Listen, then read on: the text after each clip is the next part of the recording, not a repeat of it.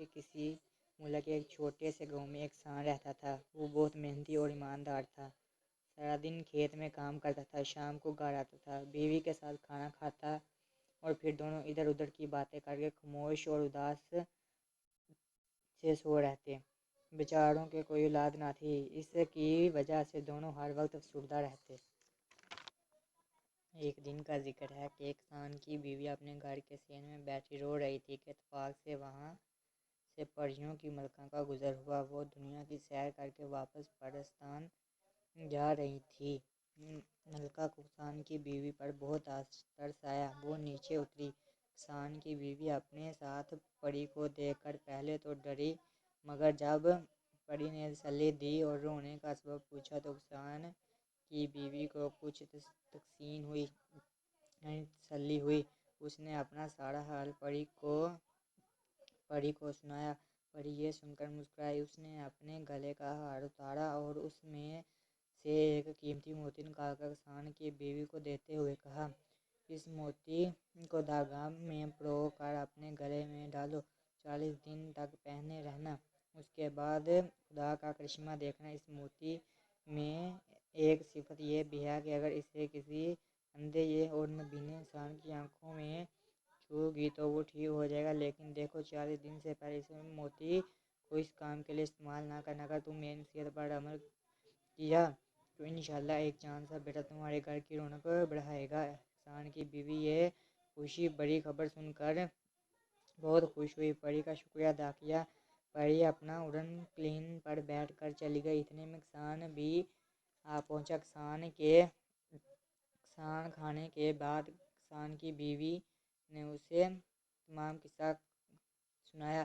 وہ بھی بیٹے کے بارے میں سن کر بہت خوش ہوا۔ کسان کی بیوی نے پری کا دیا ہوا موتی دھاگے میں پرو کر گلے میں پہن لیا اور ہنستی مسکراتی ہوئی 40 دن گزارنے کا انتظار کرنے لگی۔ اتفاق کی بات ہے کہ 31ویں دن اس ملک کے بادشاہ کی اکلوتی بیٹی شہزادی رحیلہ بہت شدید بیمار پڑ گئی۔ اس نے بیماری نے اتنا طول پکڑا کہ بیچاری کی آنکھیں جاتی رہیں۔ شہزادی کے اندھا ہونے کی خبر سن کر بادشاہ بہت پریشان ہوا۔ کچھ ہی دن بعد شہزادی کی شادی ہونے والی تھی۔ اس نے پورے ملک میں اعلان کروا دیا کہ جو شخص شہزادی کی آنکھوں کی بینائی لوٹا دے گا اسے منہ مانگا انعام دیا جائے گا۔ شاہی طبیبوں نے بہت علاج کیا مگر کوئی افاقہ نہ ہوا۔ یہ خبر اڑتی اڑتی کسان کی بیوی تک بھی جا پہنچی۔ شام کو جب کسان واپس آیا تو اس نے سارا قصہ اسے سنایا اور کسان نے کہا کہ وہ اپنی خواہش کو شہزادی رحیلہ پر قربان کر دے گی،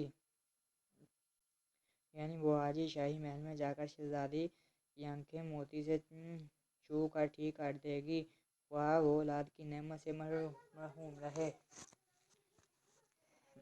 کسان بیوی کی یہ بات سن کر بہت خوش ہوا۔ ان کی اجازت کے بعد وہ شاہی محل کے دروازے پر جا پہنچی، لیکن پہرے داروں نے اسے اندر نہیں جانے دیا۔ اس پر کسان کی بیوی نے بتایا کہ وہ شہزادی کا علاج کرنا چاہتی ہے۔ پہرے داروں نے اس کا مذاق اڑایا اور کہا کہ جہاں اتنے حکیم ناکام ہو چکے وہاں بھلا تو وہ کیا کرے گی، لیکن اس نے ان کی ایک نہ سنی اور برابر ضد کرتی رہی۔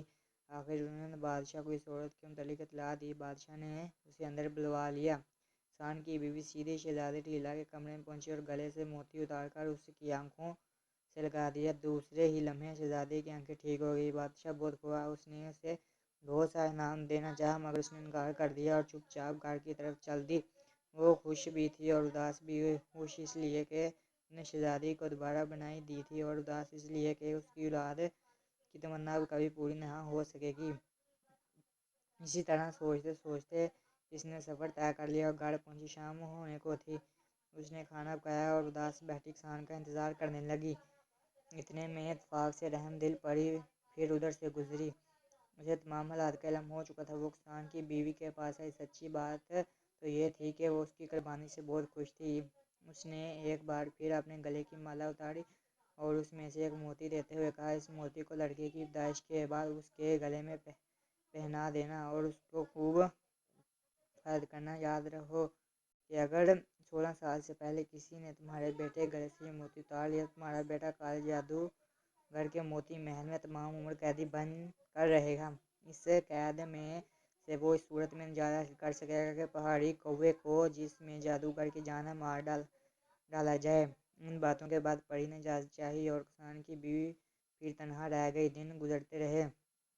موتی کی اب پوری حفاظت کرتی تھی اور اس کے ساتھ ہی خدا سے دعا بھی کرتی تھی کہ کچھ عرصے بعد اس کے یہاں ایک جان سا بیٹا ہوا۔ کسان اور اس کی بیوی نے خدا کا شکر ادا کیا اور دونوں اس کی پرورش میں لگ گئے۔ پری کے دیے ہوئے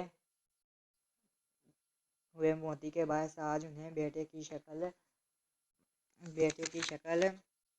دیکھنے کو ملی تھی، اس لیے دونوں میاں بیوی اس موتی شہزادہ کہہ کر پکارتے تھے۔ پری کا دیا ہوا موتی بھی موتی شہزادے کے گلے میں پڑا جگمگاتا رہتا۔ اسی طرح دن گزرتے گئے۔ موتی شہزادہ بے حد ذہین عقل مند تھا، سارا دن اپنی بھولی بھالی باتوں سے ماں باپ کا دل بہلاتا رہتا۔